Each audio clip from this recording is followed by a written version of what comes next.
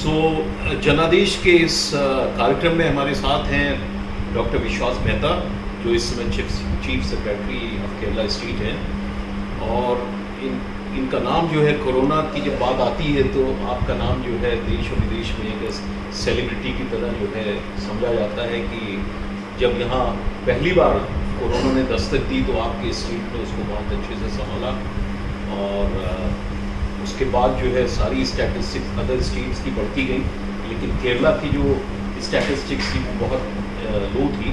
तो उसको मद्देनज़र रखते हुए अगर आप थोड़ा सा उसके बारे में बोलें तो ज़्यादा अच्छा रहेगा। देखिए, देश में सबसे पहला केस कोरोना का केरल में आया, केरल में। और उसके बाद उस समय जो है वो भारत किसी को पता नहीं था कोरोना वायरस है क्या, वो वुहान के का ही हमको पता था, प्रोटोकॉल्स किसी को पता नहीं था। हम लोगों ने 1.5-2 साल पहले का हमारा जो एक्सपीरियंस था, जो निपा वायरस की, उसी प्रोटोकॉल को फॉलो किया, कॉन्टैक्ट ट्रेसिंग, सर्वेलेंस, क्वारंटाइन। और निपा वायरस वाला प्रोटोकॉल हमने फॉलो किया, वो भी भारत सरकार ने बाद में फॉलो किया। कोरोना वायरस जब धीरे धीरे पूरे देश में फैलने लगा, तो केरला राज्य के अंदर जनवरी, फरवरी और मार्च में आपके लॉकडाउन 25 मार्च होने से पहले तक हम लोगों ने उसको काफ़ी कंट्रोल कर लिया। जी। और आपने सही बोला कि उस समय देश में नहीं, विदेशों में भी बहुत सराहना हुई कि आपने कैसे इसको कंट्रोल किया, क्योंकि विदेशों में बहुत फैल चुका था, लोग बहुत मर रहे थे। हमारे पास जो है मई फर्स्ट वीक तक। डॉक्टर मेहता, ये बात जो है पूरे देश में और विदेश में भी ये चल रही है कि आपने जो यहाँ पे मैनेज किया, उसके पीछे जो है लोगों का कहना है कि आपका जो हेल्थ सेक्रेटरी भी आप रहे और सेंट्रल में भी जो है आप सेक्रेटरी में थे हेल्थ के। तो इन सब चीज़ों को मद्देनज़र और यहाँ का जो हेल्थ का जो पैरामीटर्स हैं केरला के, ये सब चीज़ बहुत बड़ा फैक्टर रहा है स्टेट की जो है कोरोना को हैंडल करने में। इसके बारे में अगर आप कुछ बताएं। देखिए, 4 मई तक हमारे पास सिर्फ 15 केस थे और सिर्फ 2 डेथ्स। उसके बाद ये अनलॉक, फर्स्ट लॉकडाउन था खत्म हुआ और फिर बॉर्डर्स खुल गए, उसके बाद फ्लाइट्स आने शुरू हुई। अब हमारे करीब 22 लाख लोग ऐसे हैं जो किसी को,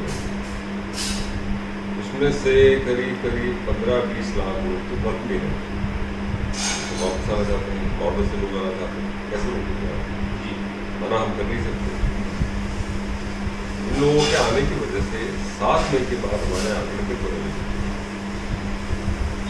फिर हमने ये ट्रेस करना शुरू किया कि इसमें से कितने लोग ऐसे हैं जो बाहर से आए हैं जिनकी वजह से लोग हुआ, और ऐसे लोग कितने हैं जो जिन्होंने कॉन्टैक्ट्स के थ्रू दूसरों को संपर्क किया। 90% केसेस हमारे कोविड, 10% कॉन्टैक्ट के थ्रू। उसके बाद ये सारी फ्लाइट्स आ गई, बॉर्डर्स खुल गई, अनलॉक 1, अनलॉक 2, अनलॉक 3 हो गया। धीरे धीरे जब हमने आगे किए तो हमने देखा कि जिन लोगों का आना था वो तो आ चुके, पर उन्होंने आगे और लोगों को संक्रमित किया। अब आज जो है 95-99% हमारे संक्रमित है कॉन्टैक्ट के थ्रू, तो कम्युनिटी स्प्रेड हो चुका है जैसे बाकी हर स्टेट में हो चुका है। अब केरला में और दूसरे राज्यों में फर्क ये है, हमारा हेल्थ सिस्टम बहुत अच्छा है जी, और हम लोग इसके लिए पूरी तरह से तैयार है कि अगर आज हमारे पास 1 लाख केस आते हैं, कल वो 2 लाख बनते हैं, परसों 3 लाख बनते हैं, तो हमारे पास क्या फिक्र है? कितने लोग इसमें से आईसीयू बेड पे जाएंगे, कितने लोग वेंटिलेटर जा रहे हैं। ऐसा कहा गया कि बहुत से स्टेट में बेड्स अवेलेबल नहीं है, हालांकि यहाँ पे पता चला कि बहुत सारे बेड्स खाली हैं। तो आपने ये प्रिपरेशन पहले से बहुत पहले से शुरू कर दी, और डिस्ट्रिक्ट वाइज प्लान है, डिस्ट्रिक्ट वाइज भी है, पंचायत वाइज भी है, वार्ड वाइज प्लान है, और दूसरी स्टेट्स के मुकाबले में हेल्थ सबसे बहुत अच्छा है। Private as well as government. तो मतलब मुझे लगता है कि हम लोग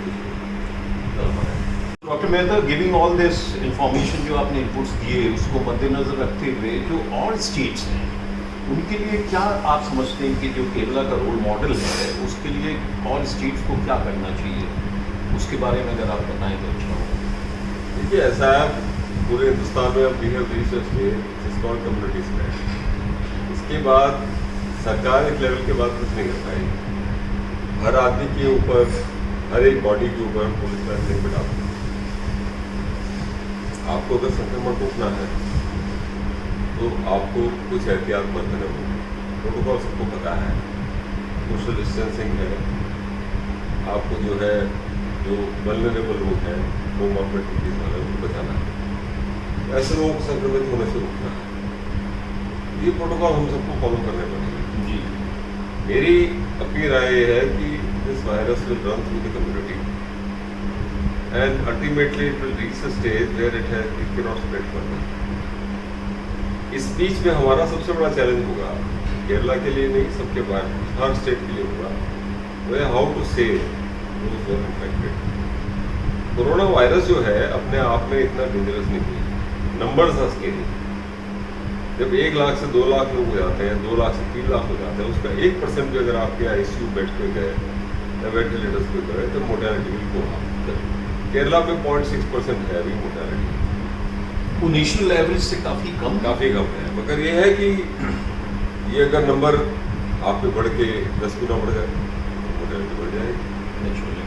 तो इसलिए we have to allow the herd immunity to develop and we have to protect the most vulnerable population, that is old age people, people with comorbidities, blood pressure, diabetes,